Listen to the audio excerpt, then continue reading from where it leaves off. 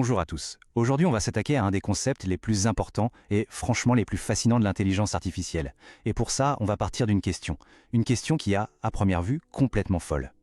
Imaginez, juste un instant, si on pouvait prendre absolument tous les visages humains, ceux qui ont existé, ceux qui existent aujourd'hui, et même ceux qui pourraient exister un jour, et qu'on les plaçait tous sur une seule et même carte, un peu comme on place des villes sur une map au monde.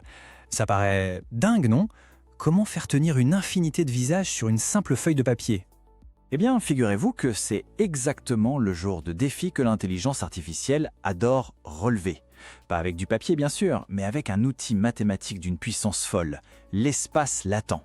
C'est vraiment le concept clé, la pierre angulaire qui est derrière toute la créativité un peu bluffante des IA génératifs qu'on voit partout aujourd'hui.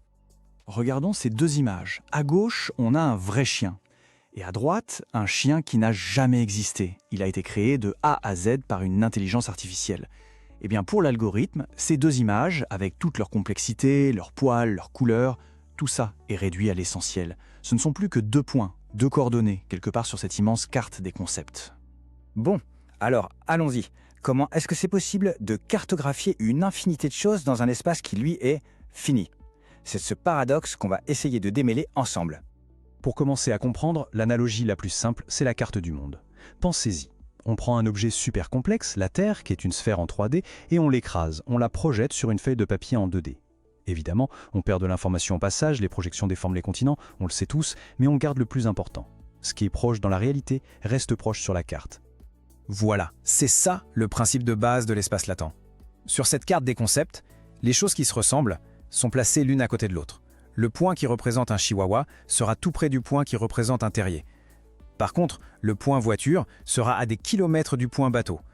L'IA a appris à extraire l'essence même d'un concept en laissant de côté tous les petits détails inutiles, comme la couleur d'un pixel précis ou un petit reflet dans un œil. Alors attention, c'est vraiment un point super important, cette analogie de la carte a ses limites. Une carte du monde, c'est simple. C'est deux dimensions, latitude, longitude. Mais un espace latent, ça peut avoir 512 dimensions, 1024, voire plus. Ce sont des cartes qui existent dans ce qu'on appelle un hyperespace, quelque chose que notre cerveau ne peut absolument pas se représenter, mais que les maths, elles, décrivent sans aucun problème. Ok, mais alors, concrètement, comment l'IA s'y prend pour fabriquer cette carte un peu folle ? Eh bien, tout le secret réside dans un jeu de compression et de décompression. Le principe de base, pour des modèles comme les auto-encodeurs, est en fait assez élégant. On part d'une image complexe, avec des millions de pixels. Un premier réseau de neurones, qu'on appelle l'encodeur, va jouer le rôle d'un entonnoir. Il va compresser toute cette information en une toute petite liste de nombres. C'est ça le code latent. Ce sont les coordonnées de notre image sur la carte. Et ensuite, un deuxième réseau, le décodeur, fait exactement le contraire. Il prend juste cette petite liste de nombres et essaie de reconstruire l'image de départ avec. Et voilà le résultat. À gauche, l'image d'origine. Et à droite, l'image que le décodeur a réussi à recréer. Juste à partir de la petite liste de nombres, le code latent. En fait, en forçant le système à faire cet aller-retour, compresser puis reconstruire, on l'oblige à apprendre ce qui est vraiment important, ce qui est essentiel dans une image pour pouvoir la redessiner. L'essence du concept, elle est là.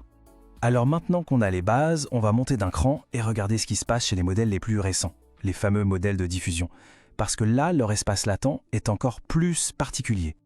Avec ces modèles, l'idée de la carte bien plate, ça ne tient plus la route. Les recherches les plus récentes montrent que leur espace latent n'est pas plat, pas euclidien comme on dit en maths. Il faut plutôt se l'imaginer comme une sorte de drap tendu mais déformé, avec des bosses, des creux, une surface incurvée. Pour reprendre l'analogie, ce n'est plus la carte routière de la France, mais plutôt une carte en 3D de son relief, avec les Alpes et les Pyrénées. Et forcément, pour étudier des espaces tordus comme ça, il faut des outils mathématiques qui sortent de l'ordinaire. C'est là qu'intervient la géométrie riemannienne. Pour situer un peu, c'est la même branche des mathématiques qu'un certain Albert Einstein a utilisé pour sa théorie de la relativité générale pour décrire la courbure de l'espace-temps. Rien que ça. Ça permet aux chercheurs de vraiment comprendre la géographie de cette carte mentale de l'IA.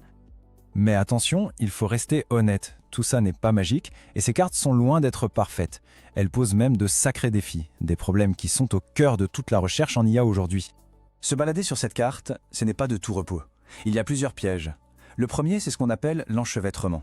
Parfois, les concepts sont complètement emmêlés. Par exemple, si l'IA, dans ses données d'entraînement, n'a vu que des hommes avec des barbes, elle va finir par croire que barbe et homme sont la même chose. Du coup, si on lui demande d'ajouter une barbe à une femme, elle risque de changer le visage en homme. Il y a aussi des changements hyper brutaux, des sortes de falaises sur la carte. On bouge d'un tout petit peu et pouf, l'image change du tout au tout. Et puis, il y a le plus gros problème de tous, l'interprétabilité. Ces centaines de dimensions, elles veulent dire quelque chose pour la machine. Mais pour nous, les humains, c'est souvent un mystère complet. Et ça, c'est un vrai souci, parce qu'un outil qu'on ne comprend pas, c'est un outil qu'on ne maîtrise pas.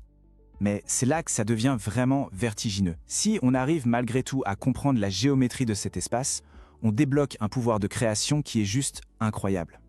Parce que l'idée de génie, la voici. Sur cette carte, une modification de concept, genre ajouter un sourire ou faire vieillir une personne, ça correspond simplement à un déplacement. Un déplacement dans une direction bien précise. En maths, on appelle ça un vecteur. C'est comme une flèche qui indique une direction de changement. Si on trouve la flèche sourire, on peut en théorie l'appliquer à n'importe quel visage sur notre carte. Allez, regardons un exemple concret pour que ce soit bien clair. On part de cette image d'un petit chiot, c'est notre point de départ, notre coordonnée sur la carte de toutes les images possibles. Des chercheurs ont réussi à identifier le vecteur, la fameuse direction, qui correspond au concept de crinière de lion. Alors maintenant, suivez bien. On prend notre point chiot et on commence à le faire glisser tout doucement le long de cette direction. Et si on pousse le déplacement encore un peu plus loin, voilà le résultat. On est parti d'un chiot et on est arrivé à un lion. Ce qu'il faut bien comprendre, c'est que ce n'est pas un simple morphing entre deux images. Non, on a littéralement voyagé sur la carte des concepts de l'IA.